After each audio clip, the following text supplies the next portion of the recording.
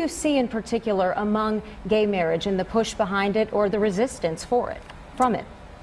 Well, one of the things that I think is very ironic is that same-sex marriage, there were same-sex marriages in many cultures of the past, but there's one thing that's unprecedented about the demand for same-sex marriage today, and that is that it is not based upon people playing two different roles. You play same-sex marriage in the past was usually between someone who played the man's role, even if he was a woman. I could be a female husband in Africa and own cows, or on the Plains Indians and I wanted to go hunt with the men, and then I'd be married to someone of the same biological sex who played a different social role.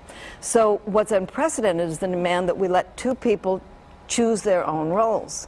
And almost everything that has led to the demand for same-sex marriage was actually pioneered by heterosexuals. Heterosexuals said, let's make marriage about love, and then in the 1920s they said, let's also make it about sexual attraction. And then in the 1930s they said, well, let's say that you don't have to have kids if you're married, let's give you birth control. And then in the 50s, you know, in the 50s it used to, if artificial insemination was considered, a child born out of that, it was considered adultery, and a child born out of it was deemed illegitimate. So then we said, well, okay, we're going to let you have children even if you biologically can't.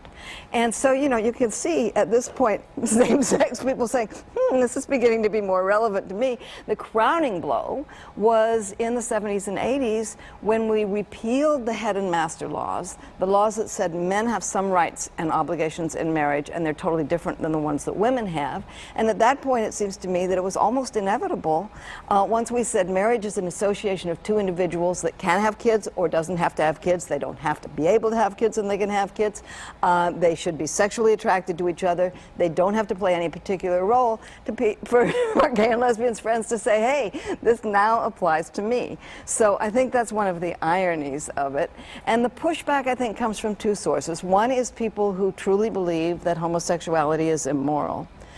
Others, though, I think are pushing back because they don't like the changes in gender roles that are going on. And that's kind of the final culmination of the changes that have made men and women more, I wouldn't say androgynous, but certainly more similar in their interests and their activities, their rights, and their obligations.